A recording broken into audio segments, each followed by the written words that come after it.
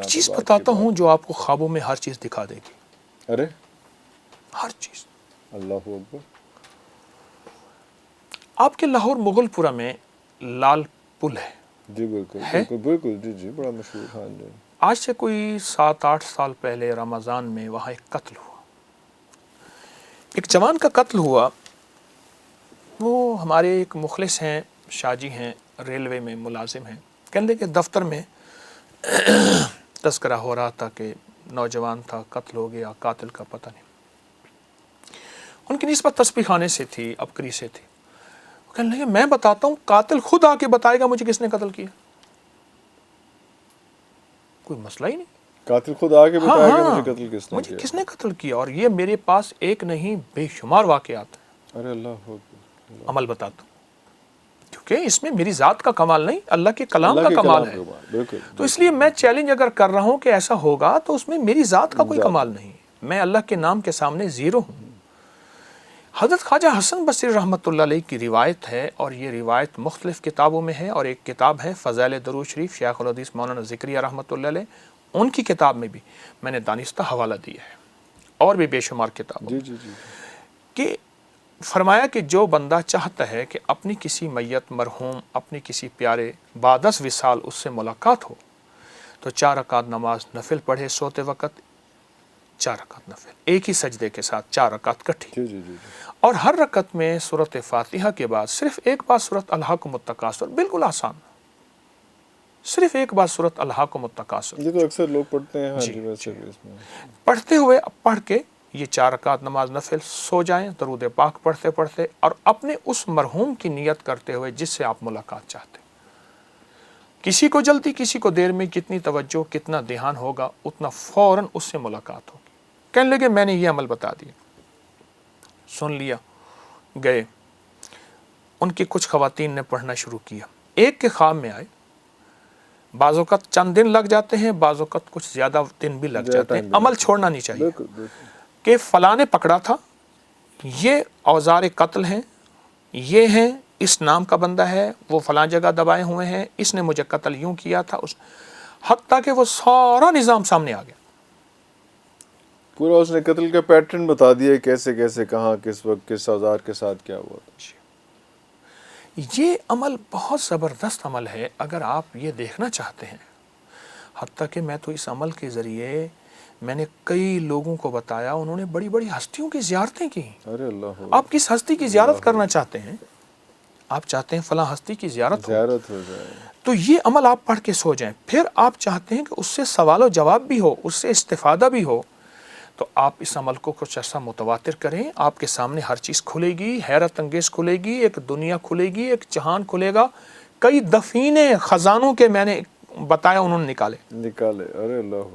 انہوں نے بتایا کہ فلاں جگہ خزانہ ہے، یا فلاں جگہ تعویذ دفن ہے، یا فلاں جگہ تمہارے لیے یہ عمل ہوا اور اس نے کیا. اس نے پوری ایک زندگی دکھائی جاتی ہے، پورا ایک نظام دکھایا جاتا ہے. اچھا، جس سے ابھی پہلے کپڑے کا ذکر ہوا کہ جسم پہ کوئی پہنا ہو کوئی کپڑا اس کے لیے، حسد کے لیے، تو یہ کپڑے کے اوپر بھی تو جادو کیا جاتا ہے. یہ بھی ہوتا ہے کہ کپڑے کرتے کے اوپر یا اس میں، وہ بھی بہت ایک نارمل سمجھا جاتا ہے. انسان کے استعمال کا کیا ہوا حالات کپڑا نا، اس پہ نقش لکھا جاتے ہیں. استعمال کیا ہوا کپڑا، انسان کے جسم کے بال، ناخن. جی جی جی جی. اس لیے بالوں اور ناخن کی ضرور حفاظت کرنی چاہیے، اسے دفن کرنا چاہیے، دفن کرنا چاہیے. پھینکنے نہیں چاہیے. حتیٰ اچھا. کہ یہاں تک کہ آپ کے بال اور ناخن جو ہیں وہ جنات بھی چرا کے لے جاتے ہیں. ارے جنات کا جادو انسانوں سے زیادہ سخت، جنات کی نظر بد انسانوں سے زیادہ سخت. من الجنت والناس، میرا جنت اللہ نے پہلے والناس. جنات کا تذکرہ کیا ہے، پھر انسانوں کا تذکرہ کیا ہے. یہ اور جب دفن کر دیں وہ اللہ پاک اس کی خاص حفاظت اور طاقت میں، پھر وہ چیزیں اس کو وہاں سے نہیں نکال وہ سکتے. ایکسیسیبل نہیں ہوتی ہیں پھر ان کے لیے. لیکن جنات کیوں حسد کرتے ہیں، یا جنات کیوں جادو کرتے ہیں، یا جنات کی نظر لگاتے ہیں؟ ان کا کیا مطلب؟ ہم سے کوئی لوگ تو چلو پھر کوئی بغض کی نہ حسد رکھ لیتے ہیں، جنات بھی یہ کام کرتے ہیں. اس نے کہا تو کون کرے، میں خام خواہ. خام خواہ. لیکن میری عرض یہ ہے، جنات کا حسد تو پہلے دن سے ہے. وہ مخلوق پہلے ہیں، آپ تو بعد کے انسان. ارے اور انہوں نے کہا کہ یا اللہ ان کو کیوں پیدا کر رہے ہیں؟ جنات کا حسد تو پرانا ہے اور قیامت تک رہے گا.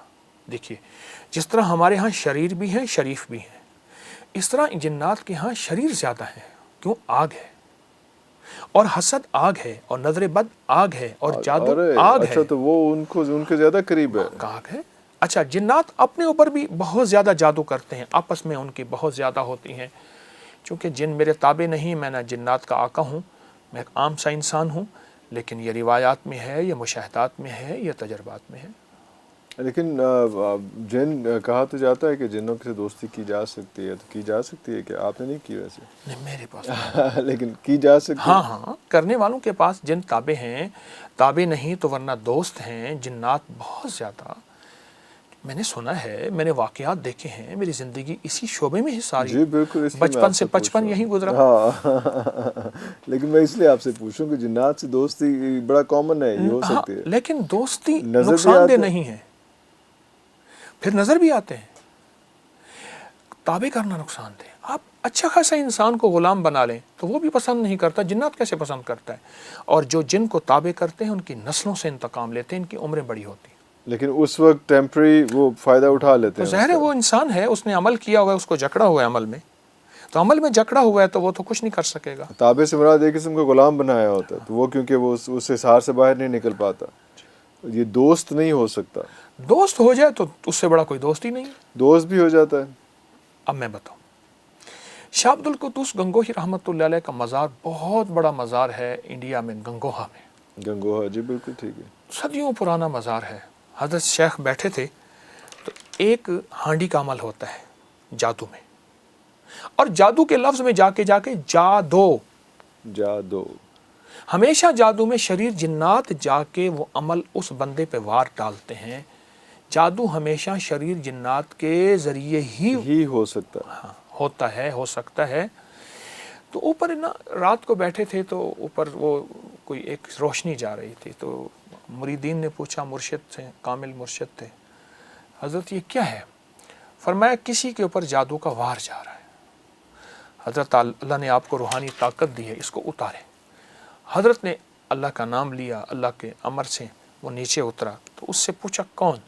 اس نے کہا میں فلاں فلاں جن ہوں، اور ہم فلاں فلاں بندے کے اوپر ایک ہانڈی ہے، اس کے اوپر عمل کیا ہوا ہے، یہ جا کے ٹوٹے گی، اس کا گھر، اس کا جسم، ہر چیز برباد، اس کا جیسے کہتے ہیں ککھ نہیں رہے گا، تنکا تنکا نہیں رہے گا، ذرا ذرا نہیں رہے گا، برباد ہو جائے گا۔ اپنے روحانی علم سے دیکھا تو وہ ظالم جادوگر تھا، اور پیسے لے کے، اور جس پہ وار ہو رہا تھا وہ نہایت مظلوم، بالکل یعنی اس معاملے میں اس کا دخل نہیں تھا، اس پہ ظلم ہو رہا تھا۔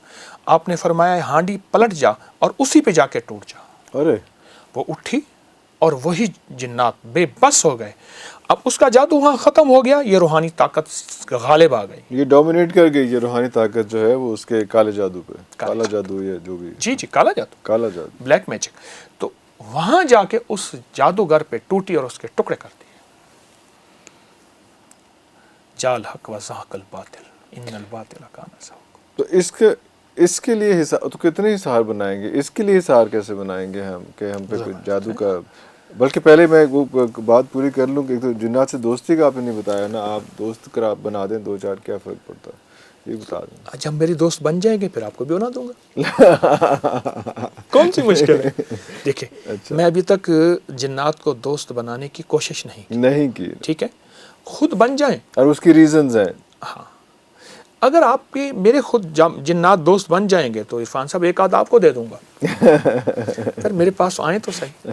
نہیں لیکن آپ کو پتا تو ہوگا نا کہ کیسے جنات، دیکھیے جنات کو میں نے عرض کیا نا کہ لیکن میں مشکل دوستی میری سنیے نا، دوستی آپ کیوں کرنا چاہتے ہیں؟ جو محنت آپ جنات کی دوستی کرنے پہ لگا رہے ہیں وہ جنات کے رب سے دوستی کرنے پہ لگا۔ ارے اللہ، واہ واہ،